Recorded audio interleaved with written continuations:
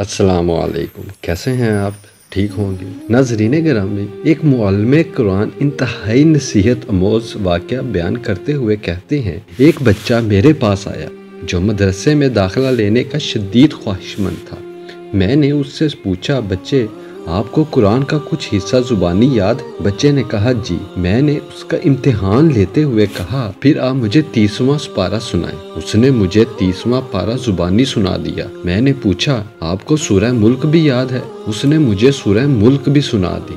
مجھے بڑا تعجب ہوا کہ اس چھوٹے بچے نے کم سنی کے باوجود قرآن مجید کا کچھ حصہ حفظ کیا ہوا ہے۔ میں نے اس سے سورہ نحل سنانے کو کہا تو اسے وہ بھی یاد تھی۔ جو وہ میرے سوالات کا جواب دے رہا تھا، میری حیرانی بڑھتی جا رہی تھی۔ میں نے سوچا کہ اب اس سے بڑی سورتوں کے متعلق پوچھتے ہیں۔ میں نے کہا، آپ کو سورہ بقرہ بھی یاد ہے؟ اس نے ہاں میں جواب دیا اور ساتھ ہی کسی غلطی کے بغیر سورہ بقرہ بھی سنا ڈالی۔ میں نے متعجب ہو کر پوچھا، بچے لگتا ہے آپ نے پورا قرآن حفظ کر رکھا ہے؟ اس نے کہا، جی۔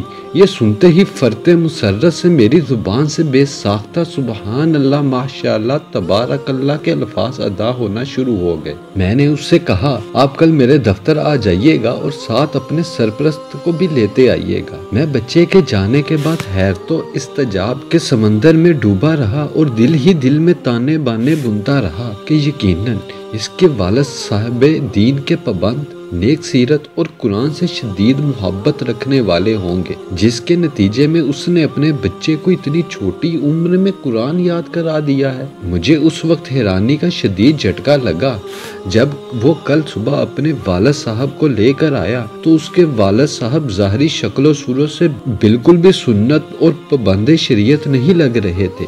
اس بچے کے باپ نے میری پریشانی اور استجاب کو بھانپ لیا اور فوراً بولا، میں جانتا ہوں کہ آپ میرے اس بچے کا والد ہونے کی وجہ سے حیران و ششدر ہو رہے ہیں۔ میں ابھی آپ کی حیرت ختم کیے دیتا ہوں۔ اصل بات یہ ہے کہ اس بچے کے حفظ قرآن کے پیچھے اس کی والدہ کا ہاتھ ہے، جو بچوں کی تربیت کے حوالے سے 1000 آدمیوں کے برابر ہے۔ آپ یہ بات سن کر مزید حیران ہوں گے کہ میرے 3 بیٹے ہیں اور سب قرآن کے حافظ ہیں۔ میری سب سے چھوٹی بیٹی 4 سال کی ہے اور وہ بھی 30واں پارہ حفظ کر چکی ہے۔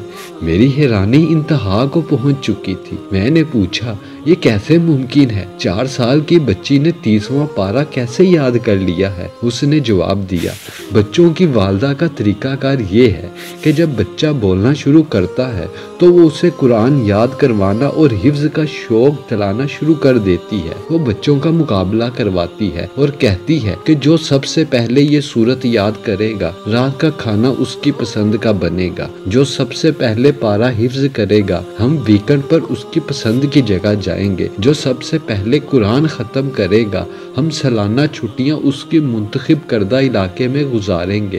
یوں بچے اپنے شوق کی تکمیل کے لیے حفظ قرآن میں بڑھ چڑھ کر حصہ لیتے ہیں۔ جی ہاں، ایسی نیک ماں ہی گھر سنوارتی ہے۔ امام بخاری رحمت اللہ کے امیر المؤمنین فی الحدیث بننے کے پیچھے ان کی والدہ ہی کی کاوشیں تھی۔ امام شافعی رحمت اللہ کے عظیم فقہ محدث بننے کے پیچھے ان کی والدہ ماجدہ کی جہود و مسودہ تھی۔ امام مالک رحمت اللہ کے امام دار الہجرہ کے منصب اعلیٰ پر فائز ہونے کے پیچھے ان کی والدہ محترمہ کا ہاتھ تھا۔ امام احمد بن حنبل کے امام اہل سنت والجماعت کا لقب حاصل کرنے کے پیچھے ان کی والدہ کی محنتیں تھی۔ یاد رکھیے، نیک اور صالح عورت نفس معاشرہ نہیں ہوتی، بلکہ معاشرے کی بنیاد اور ستون ہوتی ہیں۔ میری امت کی ماؤں کو معاشرے کو کارآمد اور دین کے نور سے آراستہ افراد فراہم کرنے کے لیے امت بننے کی ضرورت ہے۔ اگر مائیں امت بننے کا تہیہ کر لے تو قوم کو بام عروج پر پہنچنے سے کوئی نہیں روک سکتا۔